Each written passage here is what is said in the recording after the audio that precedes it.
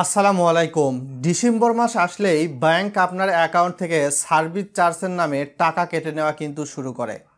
আবার অনেক অ্যাকাউন্টে কিন্তু মুনাফা বা প্রফিট ইন্টারেস্ট দেওয়া শুরু করে। আপনার অ্যাকাউন্টটা সেভিংস বা কারেন্ট অ্যাকাউন্ট হতে পারে এবং আপনার অ্যাকাউন্টের গড় স্থিতি বা ব্যালেন্সের উপর ভিত্তি করে এই চার্জটা কিন্তু কাটা হয়ে থাকে। তো সে বিবেচনায় আপনার এ ব্যাংকের একজন গ্রাহক বি ব্যাংকের আরেকজন গ্রাহক এবং আপনাদের অ্যাকাউন্টের কিন্তু স্থিতির উপর ভিত্তি করে এই চার্জটা ভিন্ন রকম হয়ে থাকবে। সাধারণত কারেন্ট অ্যাকাউন্টের ক্ষেত্রে কোনো ধরনের ইন্টারেস্ট লাভ বা সুদ কিন্তু প্রদান করা হয় না। তো আজকের ভিডিওতে আমরা জানব সেভিংস অ্যাকাউন্টের বিষয়ে। বেশিরভাগ মানুষেরই কিন্তু স্যালারি অ্যাকাউন্ট এবং সেভিংস অ্যাকাউন্টের মাধ্যমেই ব্যাংকিং সার্ভিস গ্রহণ করে থাকে। প্রথমত ব্যাংক আপনার কাছ থেকে যেই চার্জটা কেটে নেবে ডিসেম্বর মাসে এসে এসএমএস ব্যাংকিং বা এসএমএস অ্যালার্ট চার্জ একটা আছে।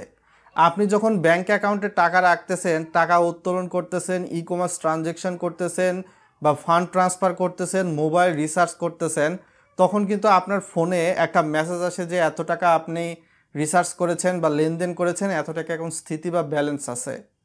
এর জন্যই কিন্তু সাধারণত দেখা যায় সর্বনিম্ন ৩০০ টাকা থেকে শুরু করে কোনো কোনো ব্যাংক ৪০০ টাকাও কিন্তু এসএমএস অ্যালার্ট চার্জ কাটে। সোনালী ব্যাংক বা ইসলামী ব্যাংকের যদি কথা বলি ৬ মাস পরপর ডিসেম্বরে এসে আপনার ৮০ টাকার মতো কিন্তু এসএমএস অ্যালার্ট চার্জ কাটে। সরকারি ব্যাংকে অনেকটা কমই কিন্তু বলতে পারেন।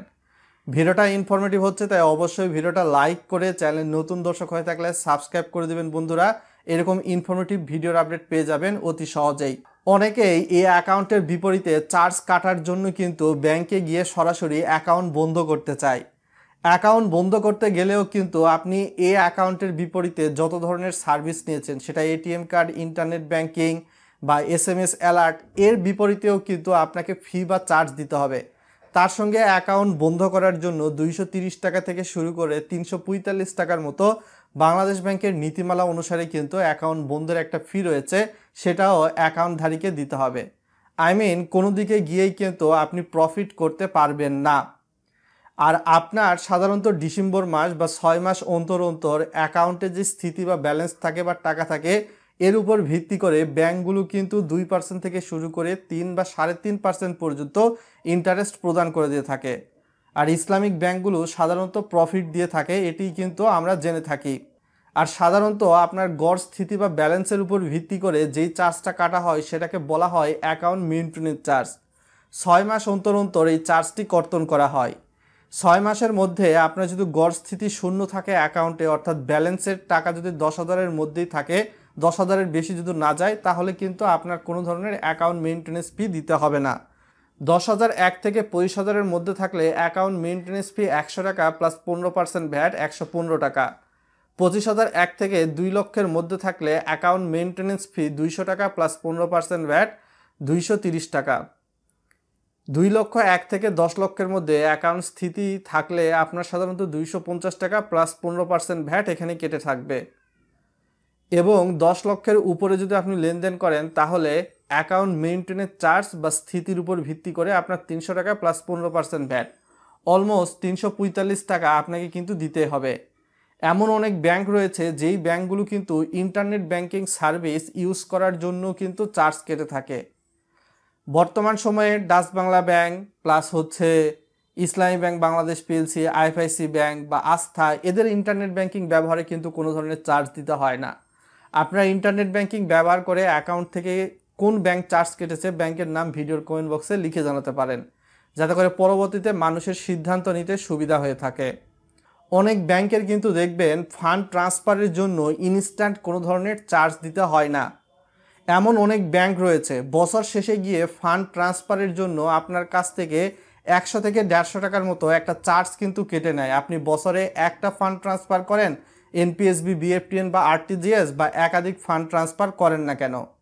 এর বাইরে গিয়ে অনেক ব্যাংকের কিন্তু দেখা যায় আপনি শুধুমাত্র ওই ব্যাংকের এটিএম কার্ড দিয়ে ওই ব্যাংকের এটিএম বুথ ব্যবহার করেছেন, এ কারণে এটিএম বুথ ব্যবহার করার জন্য কিন্তু একটা ফি বা চার্জ নির্ধারণ করে দিয়ে থাকে ব্যাংকগুলো।